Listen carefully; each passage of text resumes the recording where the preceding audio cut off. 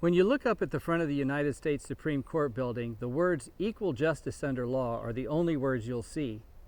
Often completely unnoticed are the words at the back, "Justice, the guardian of liberty."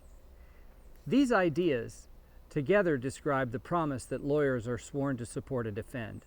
This promise, guaranteed by the Fifth and 14th Amendments to the United States Constitution, is too often disproportionately denied to minorities, especially Black Americans, as a result of systemic racism that exists in all areas of our society.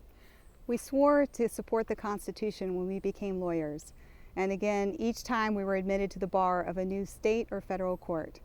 In this respect, our oath and the oath taken by state and federal law enforcement officers is the same. We are grateful to all the law enforcement officers, many of whom are our friends and neighbors, who put their lives on the line every day to keep us safe and who honorably and fairly carry out their duty to protect and serve us. We stand with our local law enforcement leaders, Louisa County Sheriff Donnie Lowe and Fluvanna County Sheriff Eric Hess, who have issued their own statements condemning police brutality and committing to work against racism in our community. Systemic racism and the denial of constitutional rights are issues we all need to care about and fight against in our own ways and in our own lives. As Dr. Martin Luther King said, "Injustice anywhere is a threat to justice everywhere."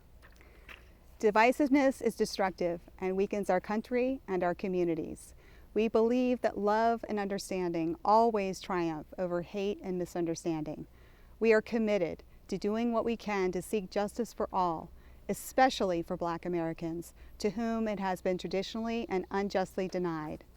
In the words of Professor Cornelius West, justice is what love looks like in public. This is a complex and deeply rooted problem. We humbly acknowledge that we don't have all the answers, and that we know that we've said and done things, or left things unsaid or undone in the past that have contributed to the perpetuation of systemic racism in our community and among our friends and family. We certainly will continue to make mistakes along the way, but we're committed to listening with compassion and seeking opportunities to learn to use our training and our privilege to actively work against racism in our families, in our community, and in our country. We know this starts with simply no longer remaining silent.